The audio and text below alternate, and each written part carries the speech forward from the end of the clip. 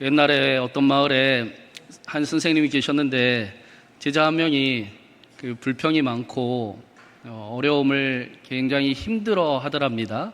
그래서 그 제자를 하루는 불러서 소금을 한 줌 가져오게 했습니다. 그리고는 컵에다가 그 소금을 털어놓고는 자 마셔봐라 라고 한 겁니다. 그 물이 어떠냐 라고 물었더니 짭니다 라고 이야기합니다. 그리고는 소금을 한 줌 더 가져와라 하고는 맑은 호수로 데려갔습니다. 그리고 맑은 호수에다가 그 소금을 똑같이 풀어놓고 흔들고 컵으로 한 잔 따서 자 마셔봐라. 어떠냐? 시원합니다. 짠맛이 느껴지지 않습니다. 그때 선생님이 제자에게 이런 이야기를 합니다. 소금은 우리 인생의 고난과 같은 것일 수도 있다. 근데 우리 잔이 작을 때는 이 고난이 너무 큰 역경과 어려움으로 느껴질 것이다.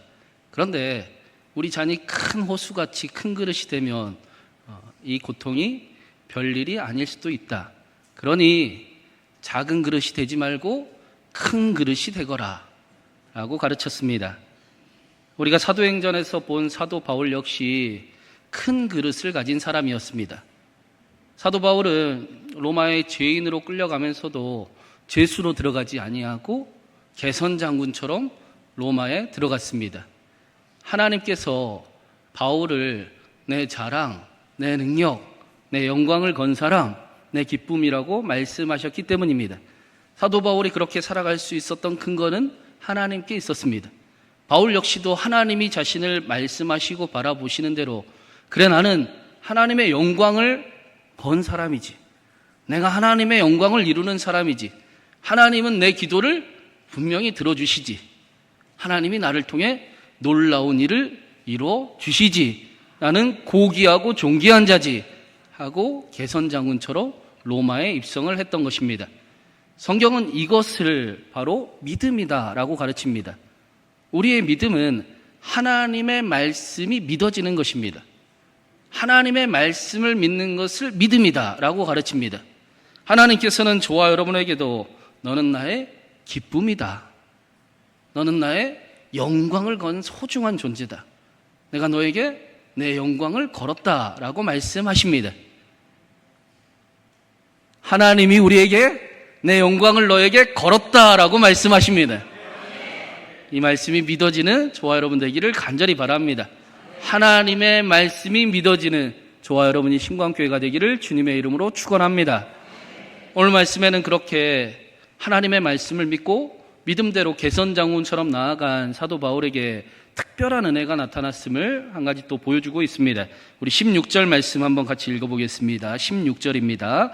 우리가 로마에 들어가니 바울에게는 자기를 지키는 한 군인과 함께 따로 있게 허락하더라. 원래는 바울이 미결수 신분이기 때문에 감옥에 갇혀 있어야 됩니다.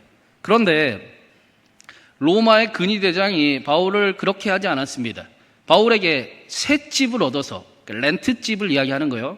일반 가옥을 얻어서 생활을 하도록 배려를 해 주었습니다.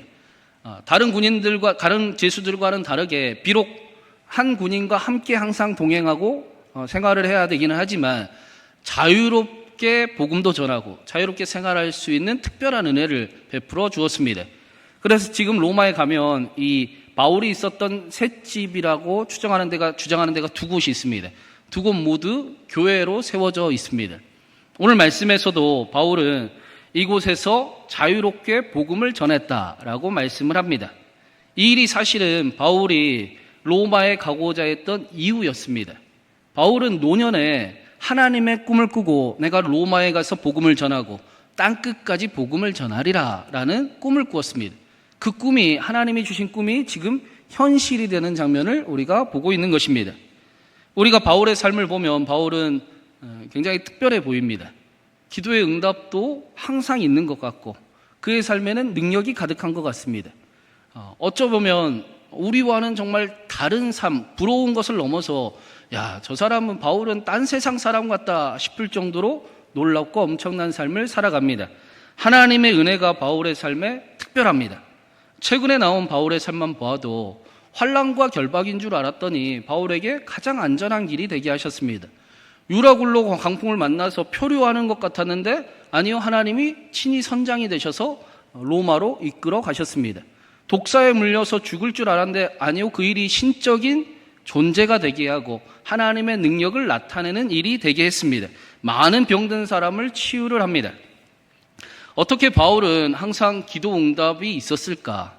기도 응답의 비결이 무엇인가? 여러분 궁금하십니까? 별로 안 궁금하십니까?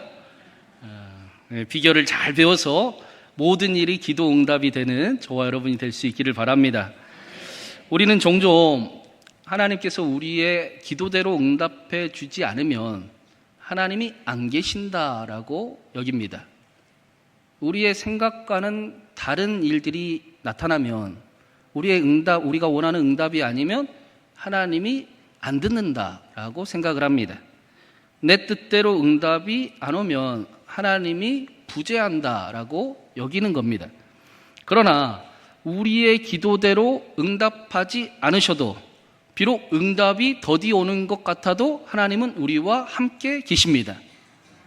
바울은 언제나 이 선하신 하나님과 함께 동행하는 삶을 살았습니다.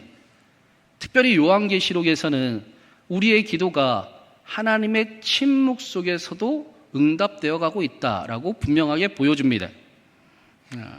이 믿음이 흔들리면 우리 속에 원망이 터져 나오는 겁니다. 하나님께서 분명히 일하고 계시는데 하나님의 일하심이 안 들립니다. 느낄 수가 없습니다. 그런데 그러면 중요한 일이 우리가 신앙생활을 못하는 겁니다. 신앙생활이 안 되는 겁니다. 교회만 왔다 갔다 하게 되고 괜히 믿었나 하는 생각까지 들게 됩니다. 믿음이 성장하고 성숙하고 훈련되는 일이 없어집니다. 그래서 성경은 우리의 기도대로 전부 다 응답되는 것을 하나님을 믿는 것이라고 말씀하지 않고 우상 숭배다라고 가르칩니다. 여러분, 우리의 기도가 우리의 원하는 대로 다 응답되면 틀림없이 우리는 망합니다.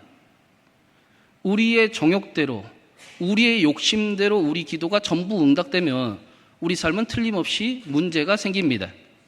그렇지 않습니까? 그러면 기도 응답은 내 마음하고는 전혀 상관이 없는 것인가? 내 뜻대로 응답되면 안 되는 것인가? 아니요. 내 뜻대로 응답받는 비결이 있습니다. 우리는 우리의 뜻대로 응답하시는 우리를 사랑하시고 아끼지 아니하시는 하나님을 선물로 받았습니다. 여러분 궁금하십니까? 이번에는 좀 궁금하시나요? 예수님께서 너희는 먼저 그의 나라와 그의 의를 구하라. 그래야면 이 모든 것을 너희에게 더하여 주시리라 라고 응답의 비결을 알려주셨습니다.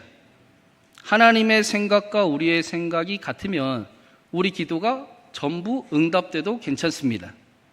기도 응답에 관한 이야기를 넘어서 우리의 현실에 관한 이야기입니다. 오히려 하나님께서 모든 것을 응답해 주기를 원하시고 그 일을 이루어 가십니다. 오늘 말씀에도 사도 바울의 삶이 그렇기 때문에 하나님 나라를 향해 가고 있습니다. 우리 23절 말씀도 한번 읽어보겠습니다. 23절입니다. 그들이 날짜를 정하고 그가 유숙하는 집에 많이 오니 바울이 아침부터 저녁까지 강론하여 하나님의 나라를 증언하고 모세의 율법과 선지자의 말을 가지고 예수에 대하여 권하더라. 사도 바울은 죄인의 신분으로 로마 감옥에 갇혀 있음에도 불구하고 하나님 나라를 증언하는 것을 기뻐했습니다. 복음을 전하는 일을 힘썼습니다. 강론하다라는 단어가 상세히 설명하다, 밖으로 노출시키다 그런 뜻이에요. 바울은 복음을 자기 안에만, 하나님의 나라를 자기 안에만 가두지 않고 밖으로 노출시키는 삶을 살았습니다. 전하기를 기뻐하는 삶을 살았습니다. 아침이라는 단어가 날이 새자마자, 새벽이라는 뜻입니다. 날이 새자마자 아침부터 날이 질 때까지, 저녁까지 복음을 전하고 하나님의 나라를 증언하는 일을 기뻐했다라고 말씀합니다. 여러분, 아침부터 저녁까지 이 자리에 앉아서 하나님의 말씀을 들으면 어떠실 것 같으십니까?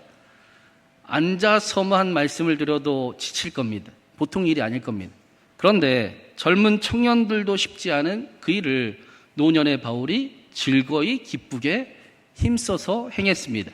사도 바울이 하나님의 나라를 얼마나 중요하게 여겼는가, 그 나라를 증언하는 일을 얼마나 귀하게 여겼는가를 우리에게 보여주는 장면입니다. 하나님의 나라는 그러면 무엇인가? 여러 의미가 있지만 1차적으로는 하나님의 나라라는 것은 하나님이 다스리는 나라입니다. 하나님이 통치하는 나라입니다. 그래서 우리에게 내 마음에 내 안에 하나님의 나라가 임했다라고 말하는 것은 나는 하나님의 다스림이 너무 기쁩니다.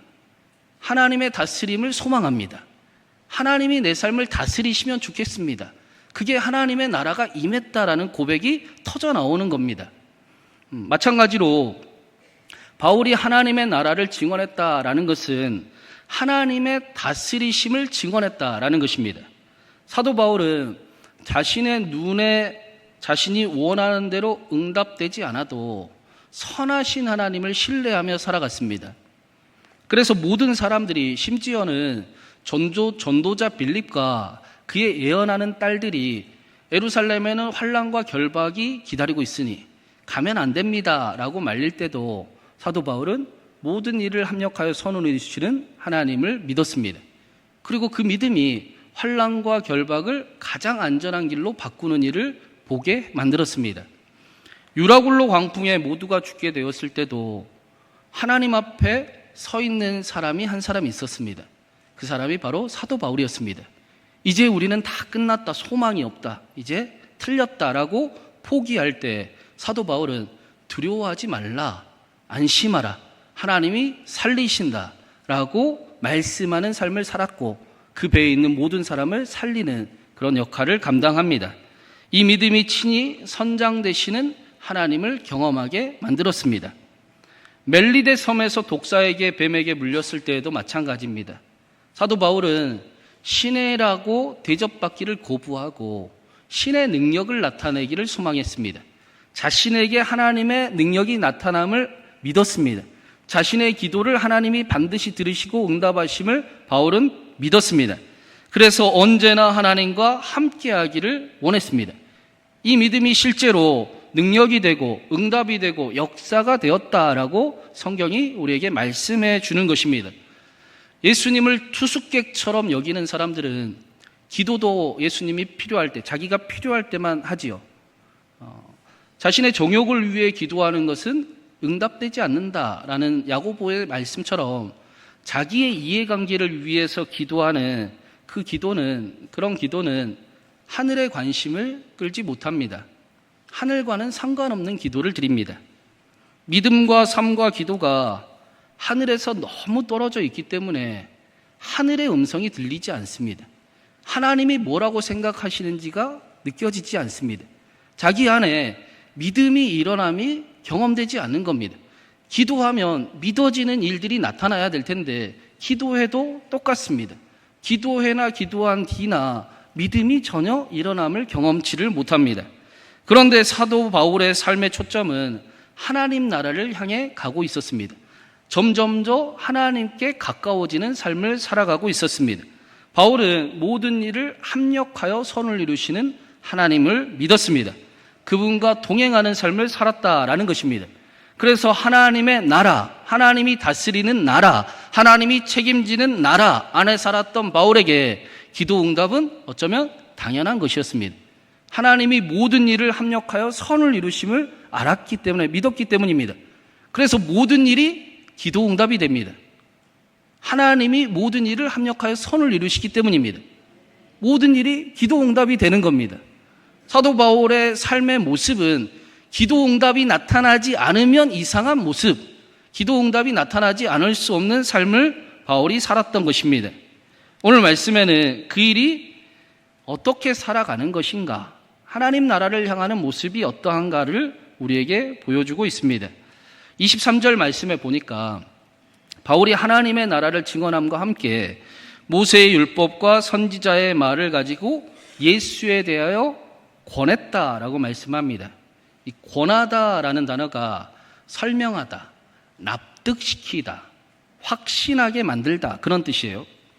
율법을 예수님의 복음으로 살아갈 수 있도록 설득시키고 납득하게 만들고 그리고 확신시켜서 그렇게 살아가도록 그렇게 만들었다, 그 일을 애썼다라는 것입니다. 우리는 이상하게도 복음도 율법으로 만드는 재주를 가지고 있죠. 그렇잖아요.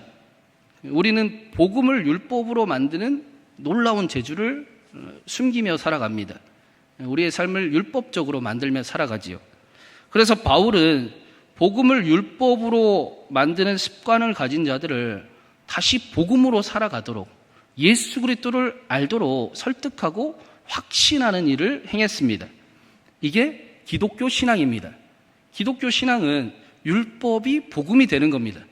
예수님께서 그래서 내가 율법을 완성하러 왔노라 라고 말씀하셨습니다. 율법이 복음으로 바뀌어야 참 하나님을 뵐 수가 있습니다. 경험할 수가 있습니다. 알아갈 수가 있습니다. 사랑할 수가 있습니다. 예를 들면 하나님께서 고귀하고 존귀한 자야라고 말씀을 하시는데 똑바로 살아라 라고 들으면 율법으로 듣는 거지요. 하나님께서 나를 고귀하고 존귀한 자로 살아가게 만드시겠다라는 거구나 라고 듣는 겁니다. 도둑질하지 말아라, 거짓말하지 말아라 라는 하나님의 말씀을 나는 그렇게는 못 살 것 같은데요, 상황을 모르는 소리를 하고 계시네요 라고 말하는 것이 아니라 하나님께서 도둑질 안 해도 되는 인생이 되게 하시겠구나, 하나님이 거짓말 치지 않아도 되는 넉넉한 삶이 되게 하시구나, 부족함이 없게 하시겠다라는 거구나 라고 듣는 겁니다. 항상 기뻐하라, 쉬지 말고 기도하라, 범사에 감사하라, 이는 그리스도 예수 안에서 너희를 향하신 하나님의 뜻이니라. 그게 하나님의 뜻이잖아요. 근데 이 말씀을 들으면 어떤 사람은 그게 가능이나 한 겁니까? 목사님이나 그렇게 사십시오. 잘 모르고 목사님이 세상에서 안 살아봐서 그럽니다 라고 말하며 기뻐하기보다는 실망하는 사람들이 있습니다. 복음을 율법으로 바꾸며 살아갑니다. 그런데 이 말씀을 복음으로 들으면 하나님이 기뻐하는 일을 만들어 주시겠다, 기쁨을 빼앗기지 않겠다 하시는 거구나, 하나님이 쉬지도 않고 내 기도를 듣고 계신다고 말씀하시네, 범사에 감사할 일을 허락하신다고 하시네 라고 복음으로 듣는 겁니다. 하나님으로 듣는 겁니다. 여전히 내가 해야 할 일을 생각하는 것이 아니라, 내가 하고 못하고 이루고 못하고를 계산하는 것이 아니라 하나님을 기대하는 것입니다. 하나님이 하실 일을 기대하는 것, 말씀이 이루어지는 삶을 살아가는 것이 바로 율법을 복음으로 바꾸는 믿음입니다. 내 삶에 내가 주인이 여전히 있는 것이 아니라 이제는 하나님이 계시는 삶을 살아가는 것. 그래서 어떻게든 하나님의 나라를 향해 살아가는 것이 율법을 복음으로 바꾸는 삶입니다. 여러분, 하나님이 하십니다. 하나님이 하셔야 됩니다. 제발 율법을 내려놓으시고 복음을 믿으십시오. 예수 그리스도를 믿으십시오. 그래서 사도 바울은 점점 하늘과 가까운 기도를 드렸습니다. 하늘과 가까운 삶을 살았습니다. 하나님 나라를 향하는 삶을 살았습니다. 이게 바울의 기도의 응답의 비결이고 능력의 근간이 되었던 것입니다. 장바울이라는 목사님이 계시는데, 이 목사님이 어느 날 공황장애가 오고 우울증이 걸렸대요. 사도 바울이 아니고 장바울이라는 목사님입니다. 영상을 봤더니 젊고 잘생겼더라고요. 저만큼 잘생겼던데, 살찌기 전에 저만큼 잘생겼던데, 여튼 이 장바울 목사님이 공황장애와 우울증이 와서 이러다가는 죽을 수도 있겠다 진짜 하고는 산으로 가셨대요. 기도하러 가셨지요. 산으로 가는 길에 터널을 지나가는데 그 터널이 꼭 자기 인생하고 같더랍니다.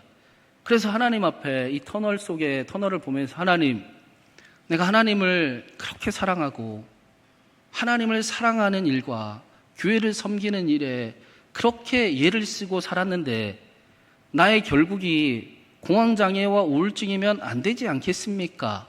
라고 한탄하며 하나님께 따져 물었습니다.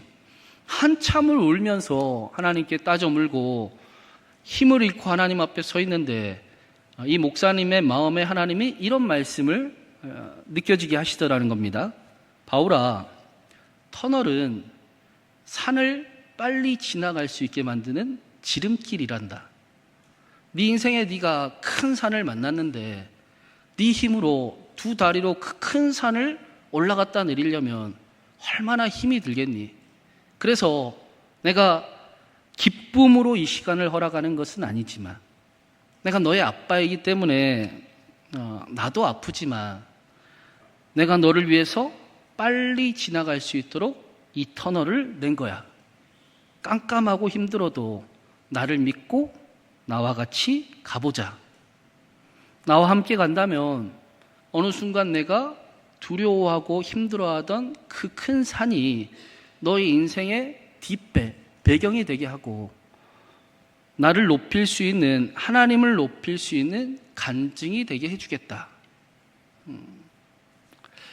성경에 기록된 사도 바울도 우리와 똑같은 연약함을 가지고 있었습니다. 성경의 말씀을 보니까, 그의 고백을 보면 우리와 그렇게 다르지 않습니다. 바울도 약했고 바울도 힘이 없을 때도, 지칠 때도 많았습니다. 그러면 우리처럼 실패했다 여기고 부족하다 여기고 죄책감에 시달리기도 했을 겁니다. 그런데 바울은 언제나 경건하지 않는 자를 의롭다 하시는 하나님을 믿으며 하나님께 나아갔습니다. 그 일을 하나님이 기뻐하시는 것을 알았기 때문입니다. 그리고 기도할 때면 갈라디아 성도들에게 말씀하시는 것처럼 나를 위해 십자가에 달리신 예수 그리스도를 보았을 것입니다. 나는 너를 여전히 사랑한다. 나는 너를 용서했다. 너는 나의 소중한 사람이라. 심지어는 힘을 잃고 눈물을 흘리며 목 놓아 하나님을 보는 바울에게 나는 너에게 내 영광을 걸었다. 너는 나의 영광이다 라고 말씀하시고 바울이 그렇게 살았습니다. 죽은 자도 살리시고 없는 것도 있게 하시는 하나님이 나의 영광을 너에게 걸었다라고 말씀하시니 너는 특별하다, 너는 고귀하고 존귀하다라고 말씀하시니 바울 역시도 하나님, 나도 그러면 더 기도해 보겠습니다. 믿음을 돌이켰을 겁니다. 약할 때 하나님이 강함이 되십니다. 삶의 문제를 그저 어려움과 고통과 문제로만 생각하지 않고 영광을 바꾸는 일로 내가 살아보겠습니다. 그리고 그렇게 살았습니다. 그 삶을 우리가 사도행전을 통해 본 것입니다. 나는 선한 싸움을 싸우고 나의 달려갈 길을 마치고 믿음을 지켰으니 이제후로는 나에게 예비된 영광의 의의 면류관을 내가 받으리로다. 사랑하는 여러분, 하나님께서 우리에게 큰 그릇이 되어주십니다. 우리가 믿는 하나님은 모든 것을 합력하여 선을 이루시는 하나님이십니다. 그러니 우리는 하나님께, 하나님, 내가 그렇기 때문에 더 기도하겠습니다. 내가 이 고난 뒤에 있는 그 엄청난 영광을 향해 내가 힘써 기도하며 하나님 이루며 살아보겠습니다 라고 돌이키는 믿음이 있기를 간절히 바랍니다. 삶의 어려움을 만나면 영광을 보겠다고 선포하며 우리의 삶을 통해 영광을 이루시는 하나님을 우리가 경험하기를 간절히 바랍니다. 고귀하고 존귀한 하나님의 영광을 건 사람들을, 저와 여러분을 통해 하나님의 멋진 일들이 실제로 나타나고 우리의 가정과 우리의 자녀와 우리의 사랑하는 사람들에게 하나님의 축복이 흘러넘치는 저와 여러분 되기를 주님의 이름으로 축원합니다.